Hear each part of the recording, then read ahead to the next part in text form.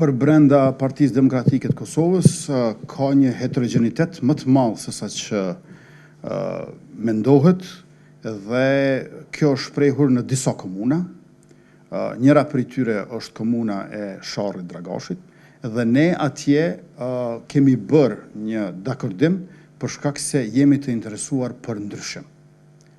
Por nuk besoj që mund ta vëmë shenjën e barazisë midis orientimit në nivelin shtetëror e nacional që ka ajo parti dhe degëve të veçanta me kontekstet e caktuara sociopolitike atje në kushtet e një heterogeniteti më të madh se asnjëherë më parë që ka pas kjo parti politike.